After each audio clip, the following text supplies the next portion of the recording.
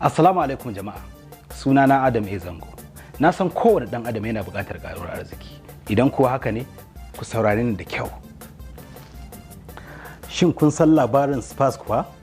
SPAS kasuwanci ne na silallan cryptocurrency mai suna Swap Coins, wanda ake kasuwanci a yanar gizo. Swap Coins kuɗi ne da za ka iya canzawa nan take zuwa Bitcoin, Ethereum ko kuma kuɗin takarda ta kowace ƙasa cikin ƙanƙanin lokaci domin biyan buƙatarka. Dalilin abubuwa da dama da SPAS ke yi ya sanya ana sayansa da yawa har ba yakan yi karanci a kasuwa, wanda hakan ke sa darajarsa ta tashi sama cikin kwanaki kaɗan.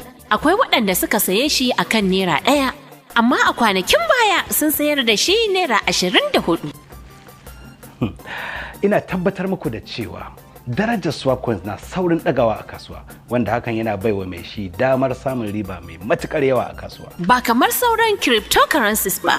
Swap Coins ya zo da tsarin POS na cinikin Bitcoin ko kuma Ethereum da kuma USDT. Haka kuma, SPAS yana da manhaja da website da za ka iya siyan data, katin waya, tiket ɗin jirgi, biyan kuɗin lantarki, sannan za ka iya sayan dukkanin abin da ka ga dama a supermarket ɗin da kake so da dai sauransu. CoinMarketCap, hukumar harkar kuɗi a yanar gizo ta duniya, ta amince da SPAS domin tuni ta yi mata rijista, kuma an aminta da amfani da Swap Coins a faɗin duniya. A Najeriya muna da rijista da hukumomin EFCC, Trademark da sauran hukumomin da ke da alhakin kula da inganta kasuwanci. Hasashe na nuni da cewa darajar farashin SPAS Swap Coins za ta ɗaga. Duk ɗaya zai iya kai Naira 5,000 a wannan shekara ta 2021. Domin amfana da Swap Coins, ku yi downloading ɗin Trust Wallet a cikin Google Play Store ko kuma Apple Store.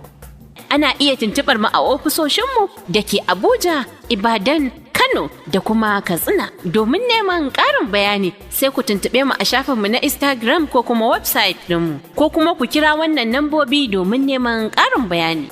Me kuke jira ne? Ku hanzarta zuwa sayan Swap Coins domin samun riba mai tsoka kafin ya ƙara farashi mai yawa. Ku sani, da na sani ƙeya ce, zamani kuma abokin tafiya ne.